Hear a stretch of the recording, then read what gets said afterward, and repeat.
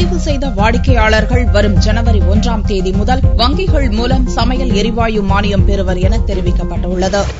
சமையல் எரிவாயு மானியம் பெறுவது குறித்து பொதுமக்கள் மத்தியில் குழப்பம் நீடித்து வருகிறது. இது தொடர்பாக சென்னையில் எண்ணெய் நிறுவனங்களின் நிர்வாகிகள் கூட்டாக செய்தியாளர்களை சந்தித்தனர். சமையல் எரிவாயு மானியம் பெற பதிவு செய்த வாடிக்கையாளர்கள் வரும் ஜனவரி 1ஆம் தேதி வங்கி மூலம் பயன்பெறுவர் என்று அவர்கள் தெரிவித்தனர். மானியம் பதிவு செய்தோரின் வங்கிக் கணக்கில் வைப்பு தொகையாக ரூபாய் செலுத்தப்படும். சிலிண்டர் பதிவு செய்த 3 நாட்களுக்குள் மானியத் தொகை வங்கியில் செலுத்தப்படும். இந்த மானியத் தொகை மாதந்தோறும் மாறுதலுக்குட்பட்டது என்றும் IOC விளக்கம் அளித்துள்ளது. பதிவு செய்யாத நுகர்வோருக்கு ஏப்ரல் 1ஆம் தேதி முதல் மானியம் நிறுத்தி வைக்கப்படும் என்றும் தெரிவித்தனர். இந்த திட்டத்தில் முன்பு ஃபார்ம் 1 மற்றும் 2 ஆதார் படிவம் உள்ளவர்கள் இணைத்துக் கொடுக்க வேண்டியிருந்தது.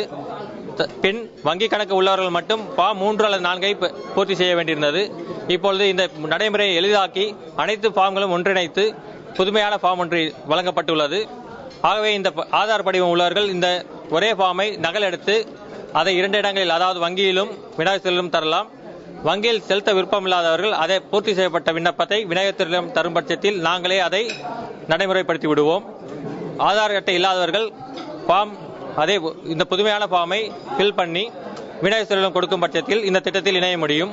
இந்த திட்டமானது 1/1/2015 முதல் நடைமுறைக்கு வருகிறது. நடைமுறைக்கு வந்தவுடன் இந்த திட்டத்தில் இணைந்த அனைவருக்குமே ரூபாய் முன்வைப்பு தொகை வழங்கப்படும். பின்பு அவர்கள் வாங்கும் எல்லா சிலிண்டர்களுக்கும் மானியம் வழங்கப்படும். மானியமானது 12 சிலிண்டர்களுக்கு இந்த வருடத்திற்கு வழங்கப்படும் என்பதை தெரிவித்துக் கொள்கிறோம். மார்ச் மாதம் வரை பதிவு செய்யாதோர் ஜூலைக்குள் பதிவு செய்ய வேண்டும் என்றும், ஜூலைக்குள் பதிவு செய்தால் மானியம், வைப்பு தொகை இரண்டும் கிடைக்கும் என்று தெரிவித்த எண்ணெய் நிறுவன நிர்வாகிகள், ஜூலைக்கு பின் பதிவு செய்தால் அந்த தேதியிலிருந்து மானியம் மட்டுமே வழங்கப்படும் என்றும் குறிப்பிட்டனர்.